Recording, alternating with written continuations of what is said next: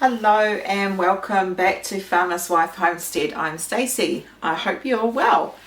So today we are going to be working with pumpkins. Let me just go and grab them. I have three. Oh, well, doesn't that look a bit rude? I have three pumpkins this size that were given to us. So they're from last season and they're still absolutely fine. I'm going to show you how I freeze my pumpkins my pumpkin pieces really. Of course you can always puree pumpkin and then freeze that, but I want to show you how I freeze pumpkin pieces. It's very quick and easy and very simple. I've been doing it for years and I use them predominantly if I'm cooking a roast or a meal that I would like a bit of pumpkin in it.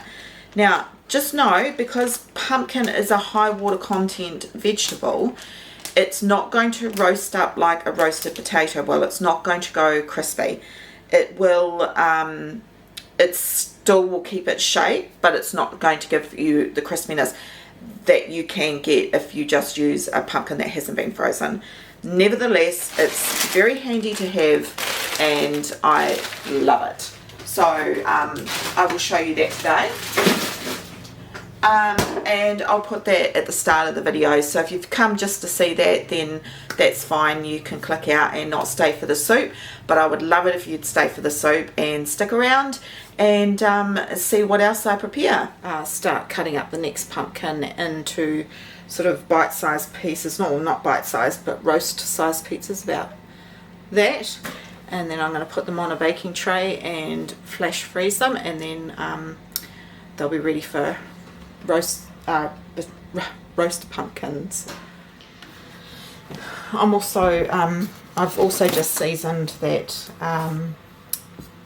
water as well.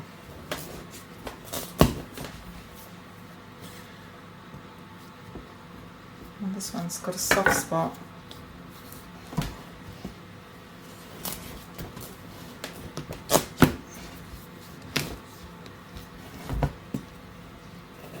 Only get half of a pumpkin.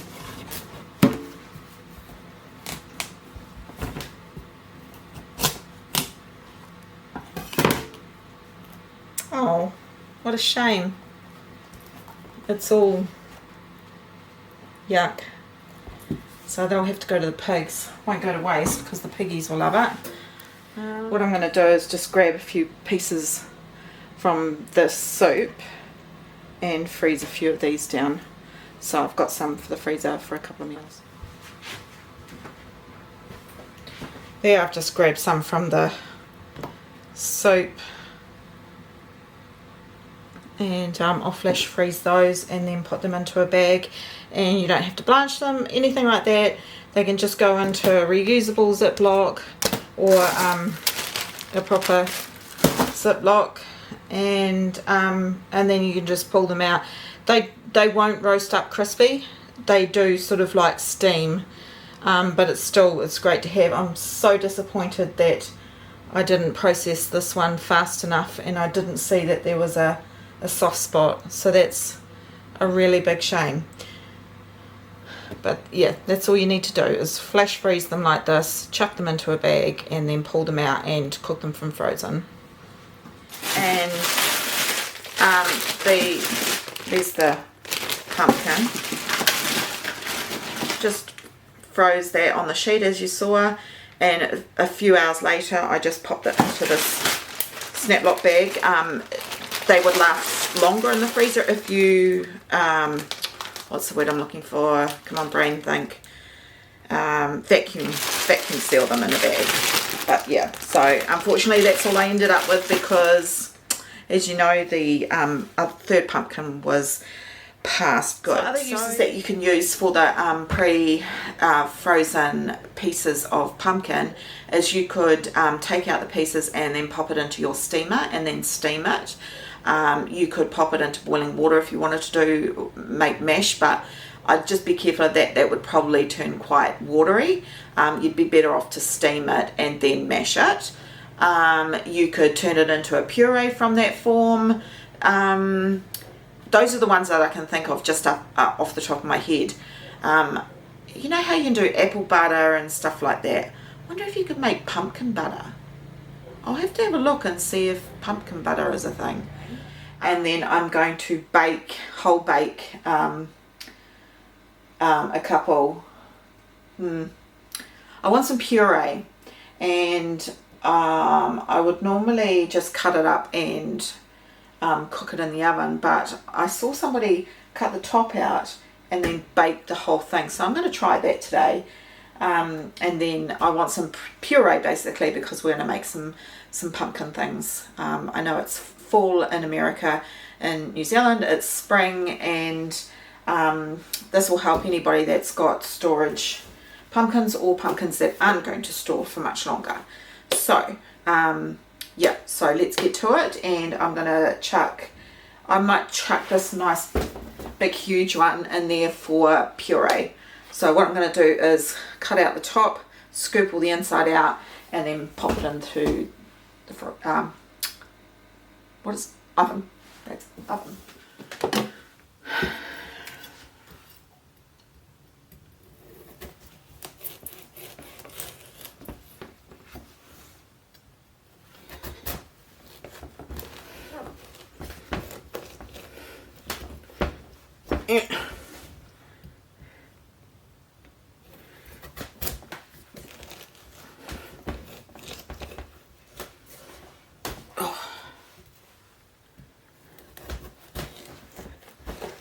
Be very careful doing this.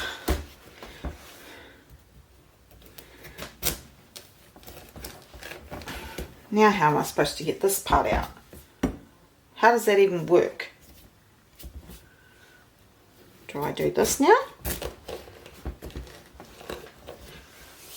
And this. Try and dig it out.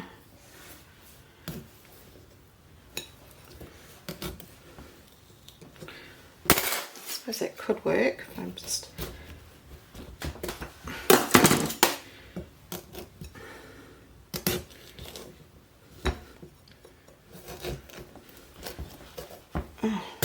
got any tips? Let me know how you get the middle out. Sort of. Oh yeah, that's working. That's ugh. Bit of brute force. Okay, we're getting somewhere. This is supposed to be the easy method.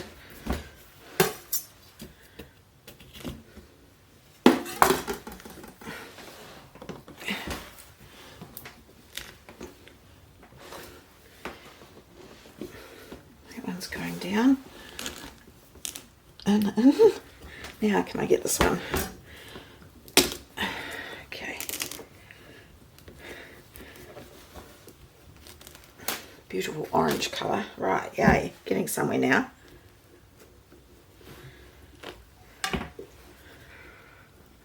Come here.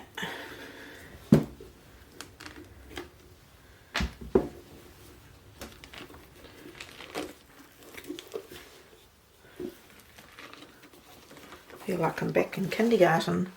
Alright, I'm going to chuck that in the oven on a baking sheet, and I'm going to do 180 fan forced.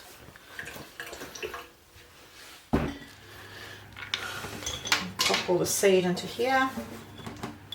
It's quite a nice pumpkin, so it might pay to keep the seeds, and I can keep them for the pigs as well, which is pumpkin seed are natural dewormers, so I can give them to the pigs, to the chickens, the rabbits.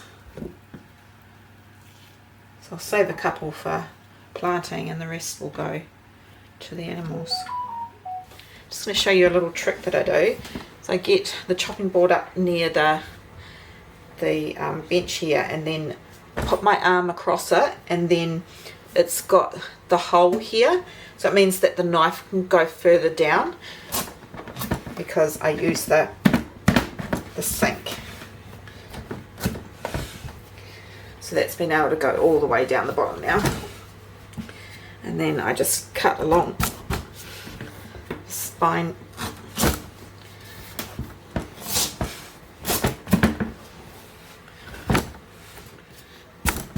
Helps using a nice big knife. You can also throw them on the concrete. That works quite well. Now that I've done that all the way around, I then pierce the top.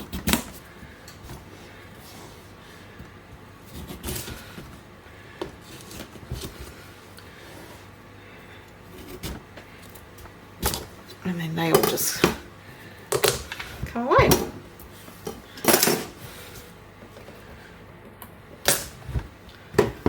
Save all these seeds as well for the chickens. Look at that beautiful deep orange colour. Okay, so that's all been cut up.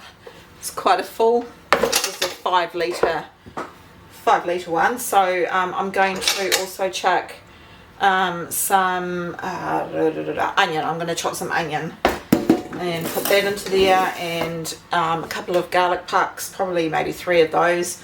And I'm just going to go and check my deep freeze and see if I've got any sweet potato left, and that will go in there as well. So what I'm going to do is pretty much almost cover the potato, pumpkin, and then I'm just going to put it on the stove top and just start cooking that down. So there you go. So I've got some sweet potato or kumara.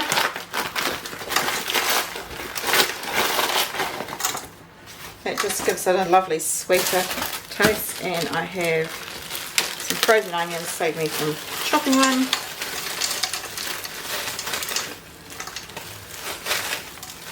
And then you can cover with chicken stock, liquid chicken stock, or water and stock powder. So I still haven't made up any liquid chicken stock. That's going to come up soon. So I'm going to use hot water and some stock powder, chicken stock powder. So I'm testing this AG pan to the limits because she's chocker. I think I might have to put it in a bigger pot. Right, the only reason why I put it in a bigger pot was because this is going to be a creamy soup, so I needed a little bit of extra space for the cream as well. I haven't quite covered it because it will cook down, and you can always add more fluid, but you can't take it away, and there's nothing worse than a watery soup. So I'll probably just leave it at that for now, and then I'll start cooking that down. Come up to a boil. I've just chucked some chicken stock powder in there. I'm going to add some salt and pepper.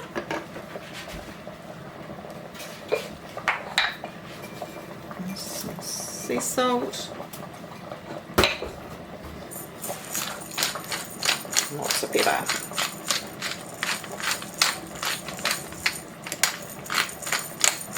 You can add a little bit of curry, what do you call it?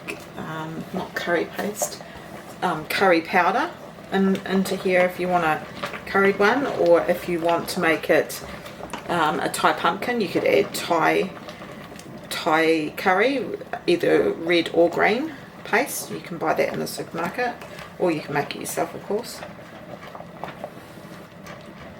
So I'm just going to let this cook down. It's probably going to take 15 to 20 minutes. Then we're going to blend it up with a stick blender and put some cream in it, and then that's it, done.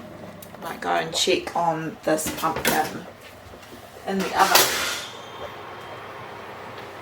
That's now cooked.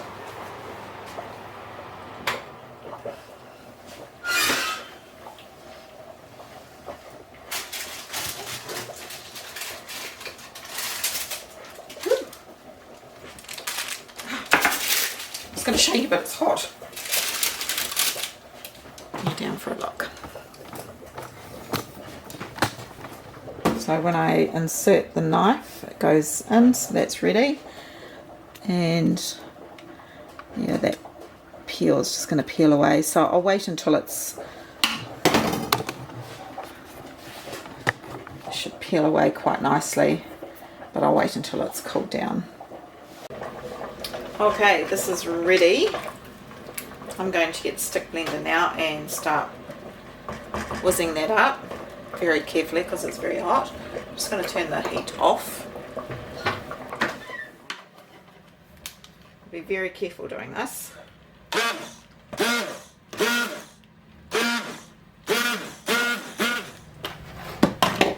Right, that's a really thick consistency, which is good. See how thick it is? Because I will put cream in it and that will thin it down. So we're just going to do that now.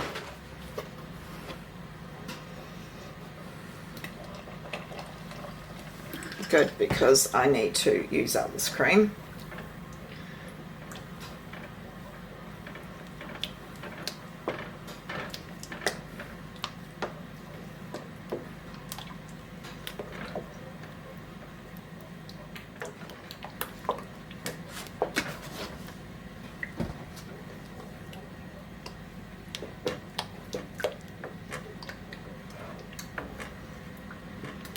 That's perfect. Now we'll plate this up.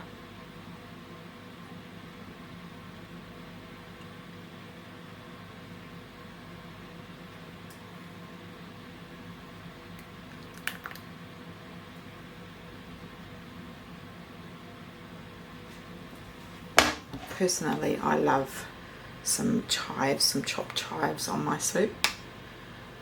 Oh, it's so thick and creamy.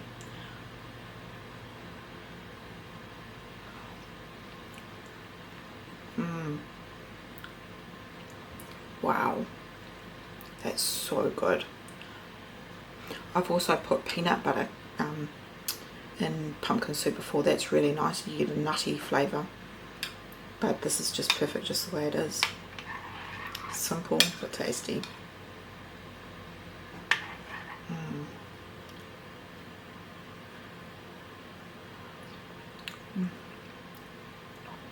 This is my dinner tonight. So I've had a tea towel over the pumpkin, and what I've worked out just to steam it is if I get a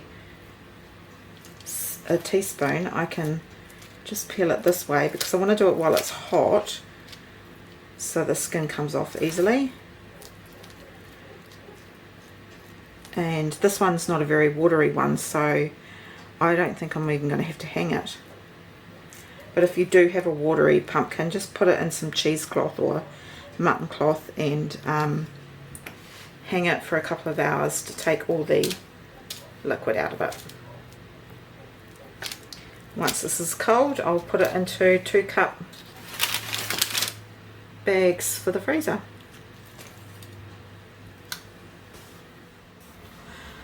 Once again, thanks so much for joining me. I really hope that you're enjoying my channel and the recipes that I am getting to you. If there is something else that you would like to see, please leave me a message in the comments below. I love hearing from you guys, and I'm slowly starting to get to know everybody's handle, and oh, so-and-so's commented or sent me a comment, so it's really nice. So look forward to the next one, which we are going to be making a couple of baking things with pumpkin, and this Kiwi's going to try making pumpkin pie. Now, I've tried pumpkin pie before, I wasn't a fan, so I'm going to try again. I used a Libby's pumpkin from the can, so whether it was that and I just didn't like the taste, I'm not sure, but I'm going to give that a go as well. So you've got those to look forward to as well. Alright, thanks again for joining me, and I'll see you on the next one.